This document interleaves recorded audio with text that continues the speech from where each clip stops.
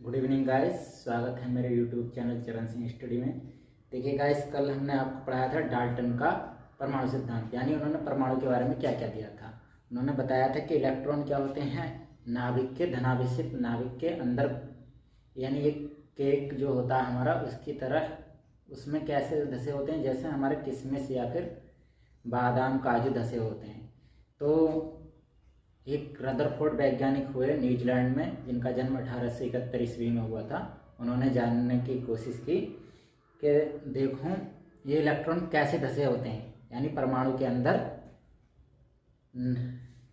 यानी कैसे व्यवस्थित होते हैं, यानी ठोस जगह में व्यवस्थित होते हैं या खाली जगह में। तो उन्होंने इसके लिए क्या लिया, एक सोने की बहुत पतली परत ली। क्योंकि सोने की परत इसलिए पतली ली क्योंकि सोने को ही एक ऐसी धातु है जिसे खूब पतला का किया जा सकता है। आप जानते होंगे कि 1 ग्राम सोने से हम 2 किलोमीटर लंबा तार बना सकते हैं। तो इस परत में लगभग 1000 परमाणु थे सोने के, और उन्होंने एक एल्फा कण लिया। एल्फा कण आप जानते हैं गाइस, जिसका द्रव्यमान क्या होता है, 2 प्रोटॉन के बराबर।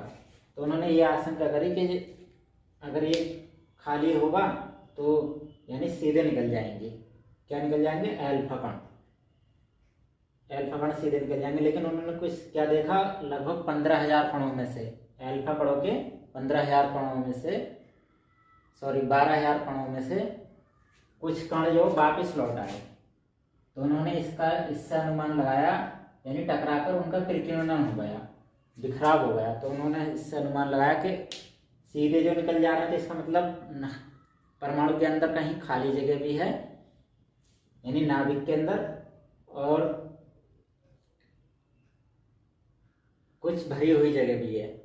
तो इन्होंने कुछ सिद्धांत दिए परमाणु से संबंधित, कैसे कि परमाणु का केंद्र धनावेशित होता है। धनावेशित क्यों? क्योंकि देखो आप जानते हैं कि समान आवेश में क्या होता है, प्रतिकर्षण। तभी ये हमारे अल्फा कण, जिसमें 2 प्रोटॉन के बराबर